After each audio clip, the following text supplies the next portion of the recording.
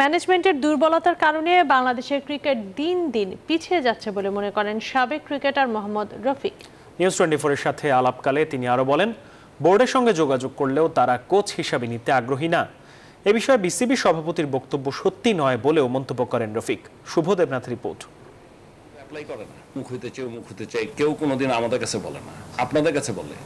আমরা যখন ডাকি, আমরা যখন অফার দিই, তখন কেউ আমাদের সাথে কথা বলে না, কেউ অ্যাপ্লাইও করে না। কাজে এগুলো এর আগে আরো বিদেশে আছে, তারাও বলছে আমাকে কেউ বলে না। আরে পরে তো ফর্মালি আমরা পত্রিকায় দিয়ে ইনভাইট। সম্প্রতি গণমাধ্যমের সঙ্গে আলাপকালে এ কথা বলেন বিসিবি সভাপতি নাজমুল হাসান পাপু। বুঝতে পারলাম যে না, সব ঠিক আছে। তবে দেশি কোচরা বিসিবিতে যোগাযোগ করেন না, এমন কথাটি সত্য নয় বলেন সাবেক ক্রিকেটার মোহাম্মদ রফিক। আমি তো গিয়েছি, কোথাও তো কোনো কাজ হয়নি।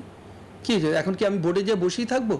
আর বোর্ডে কার কাছে যাবেন? আপনি সিকিউরিটি জিজ্ঞেস করে কার কাছে যাবেন? তো ইয়ার তো লজ্জা আছে নাকি? তা আপনি কেন যাবেন? যেটা বললাম আগে, যে আমাদের যেই সময় ছিল, আমাদের মান সম্মান ছিল, টাকা ছিল না। কিন্তু এখন টাকা আছে, মান সম্মান নাই।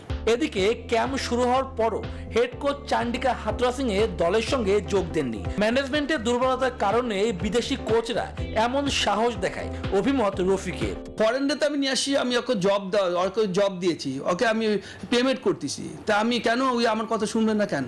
তো নিশ্চয়ই আমাদের ঘাটতি আছে। আমি যদি এখন এক জায়গায় চাকরি করি, তার মালিক যেভাবে বলবে সেভাবে আমার কাজ করতে হবে। আন্তর্জাতিক ক্রিকেটে 17 বছরেরও বেশি সময় পার করা সাকিব আল হাসানকে অবসরের পরামর্শ এই সাবেকের। বিসিবিতে একই কমিটি দীর্ঘদিন থাকায় দলের সাফল্য অন্তরায়, অভিমত এই লিজেন্ডসের।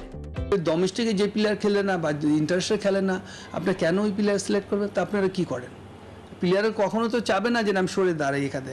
কারণ আমি এখান থেকে যে বিজনেসটা আমার হয়, যে পয়সাটা আমি কামাই, আমি কি সত্যি কথা কি আমি রিটায়ার করার পর আমি কোনো সময় ব্যবসা করেও কামা পারবো না। আসন্ন পাকিস্তান সিরিজেও বাংলাদেশ কঠিন চ্যালেঞ্জের মুখে পড়তে যাচ্ছে বলেও জানান তিনি। ওরা ওইটা গর্ব করবে, আমাদের তো গর্ব না। শুভ দেবনাথ, নিউজ 24, ঢাকা। ডোমেস্টিক